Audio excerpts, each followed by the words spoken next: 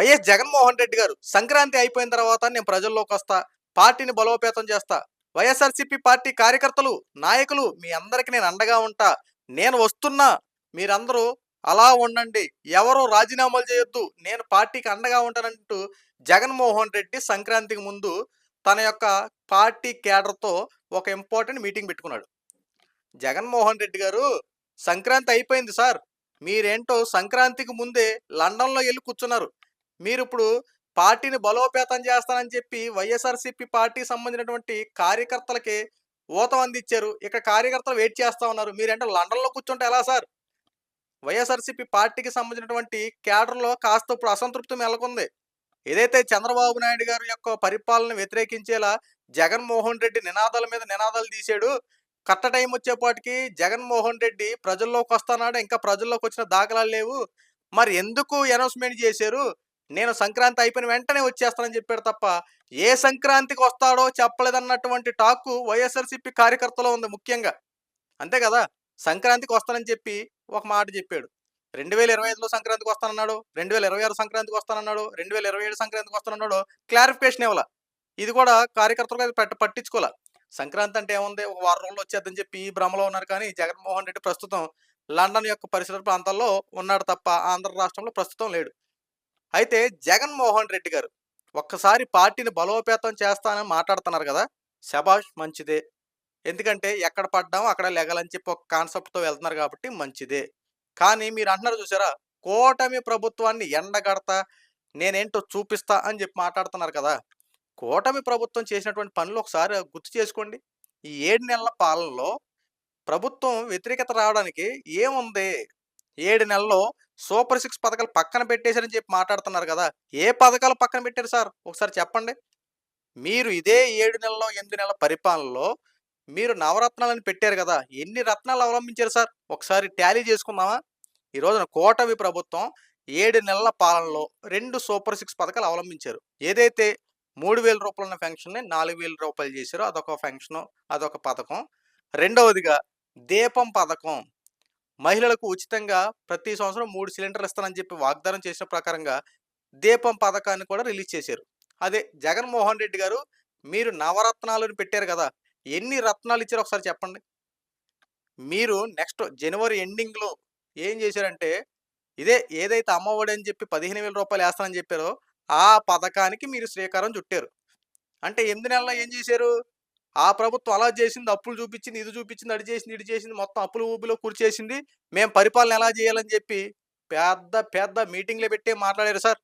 మరొకసారి గుర్తు చేసుకోవాలి సార్. ఈ రోజు మీరు ప్రెస్ మీట్లలో పెట్టేసి బహిరంగ సభల్లో మాట్లాడేసి కూటమి ప్రభుత్వం అంతు చూస్తా, వచ్చే ఏడాది ఎన్నికల్లో మేమే గెలుస్తాం, వై నాట్ 175 అని మాట్లాడటంలో ఎందుకు సార్ ఇవన్నీ?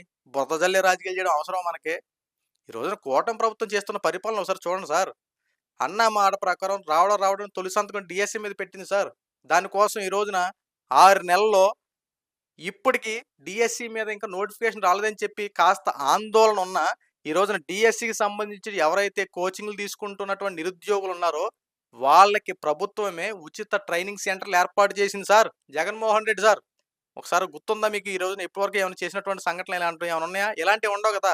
ఈ రోజున డిఎస్సి కోచింగ్ తీసుకుంటే కొన్ని వేల రూపాయలు బయట తగలెట్టాలి.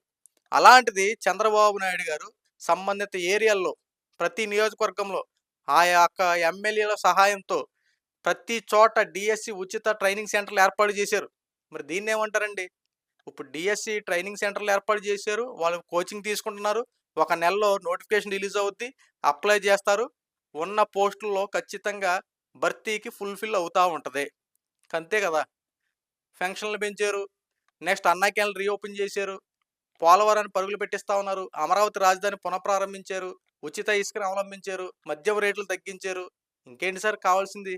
6 నెలల పరిపాలన 7 నెలల పరిపాలనలో ఇంత బాగా చేస్తే మీరు బురద జల్లే రాజకీయాలు చేయడం కోసం ఫిక్స్ అయిపోయినటువంటి మీరు ఒక్కసారి పరిపాలన చూసి మాట్లాడుతున్నారా, లేదంటే మీ ఇష్టం వచ్చినట్టు మీరు మాట్లాడుతున్నారా? నిన్నటి వరకు ఒక సమస్య అయితే ఈరోజు దావోస్ పర్యటనకి లేరుగా చంద్రబాబు నాయుడు గారు.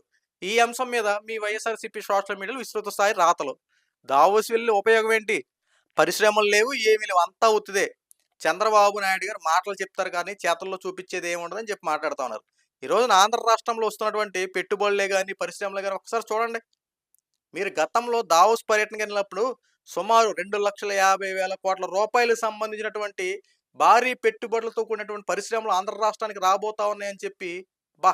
ఎంత గొప్పగా చెప్పారు సార్. ముఖ్యంగా మీ ఐటీ శాఖ మంత్రి అయినటువంటి కోడిగుడ్డు గుడివాడ అమర్నాథ్ గారు. గుడివాడ అమర్నాథ్ గారు ఎంత పెద్ద పెద్ద మీటింగ్ మాట్లాడారు సార్. ఆయన పెద్ద పెద్ద డైలాగులు కూడా యేసారు. కోడి గుడ్డు పెట్టాలి, పొదగాలి, పిల్ల బయటికి రావాలి, వచ్చిన తర్వాత పెరగాలి. అంతే. ఆళ్ళు పరిశ్రమలు పెడతానికి రావాలి, కట్టాలి, చెయ్యాలి, ఉద్యోగ అవకాశాలు రావాలి అంతే అని చెప్పి చక్కగా చెప్పారు సార్. రెండోసారి దావోస్ పర్యటనకి ఎందుకెళ్ళేసారంటే, అక్కడ -°C ఉందక్కడ. అంత చలిలో ఎళ్లి ఏమైనా వత్తాయా? మేము బతుకుతామా? అన్నట్టు మాట్లాడారు. పరిశ్రమలు తినడంటే చలి ఎక్కువగుందా? వేడి నీళ్ళు దొరకవా? ఏం మాట్లాడుతున్నారు సార్ మీరు? మళ్ళీ అసెంబ్లీ సాక్షిగా ఆ రోజున మీరు మాట్లాడిన మాటలేంటండి? పరిశ్రమలు ఆంధ్ర రాష్ట్రానికి ఏం తెచ్చారయ్యంటే, అప్పడాల కంపెనీలు, కారప్పొడి కంపెనీలు, చకోడీలు, మరమరాలు ఏంటండి ఇది? ఈటిలతో ఎంఓయూలు కుదుర్చుకున్నారా? ఈ రోజున కూటమి ప్రభుత్వం చూడండి. ఆంధ్ర రాష్ట్రానికి కావాల్సినటువంటి నిరుద్యోగ సమస్యను తీర్చడం కోసం ఏదైతే 20,00,000 ఉద్యోగాలు మేము కల్పిస్తామంటూ హామీ ఇచ్చారో, ఆ హామీని నిలబెట్టుకోవడం కోసం ఎంతలా కష్టపడుతుందో మనం చూడండి. ఒకసారి చూడండి. ఏదైతే మనం భారత్ పెట్రోలియం సంస్థ ఉంది కదా! పెట్రోల్ కొట్టించుకుంటాం.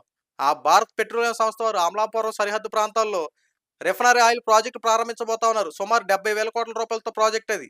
అది గనక ప్రారంభమైతే అనేక మంది ఉద్యోగ అవకాశాలు వస్తాయి అక్కడ. చూడండండి. ఒకసారి ఆలోచించండి. నిన్నగాక మొన్న స్టీల్ ప్లాంట్ మూసేస్తారని చెప్పి విస్తృత స్థాయిలో బురద జల్లారు. ప్రైవేటీకరణ చేయాలని చెప్పి ఎంతమంది గుంట నక్కల్లా పన్నాగలు పన్నారు.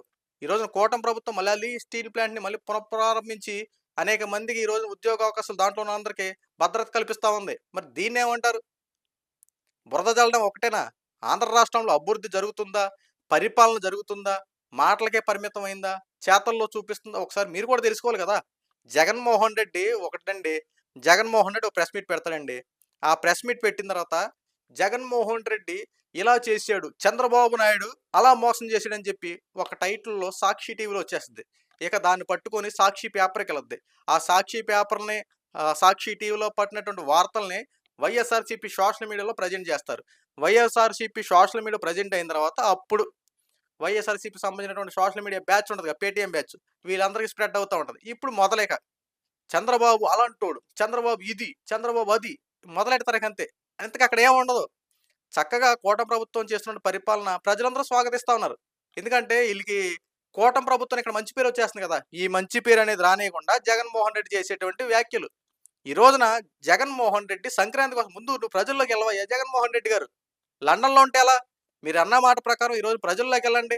ప్రజలే మీకు తీర్పిస్తారు కదా! గత 5 సంవత్సరాలు చేసినటువంటి పనులకి 11 సీట్లు ఇచ్చారు. ఈ రోజున మళ్ళీ మేము ప్రజల్లోకెళ్తాం. ప్రజల్లో మేము తేల్చుకుంటాం. ప్రజలతో మేము మాట్లాడతాం. ప్రజా సమస్యలు తీరుతాం అన్నారు. మంచిదే. ఎళ్ళండి.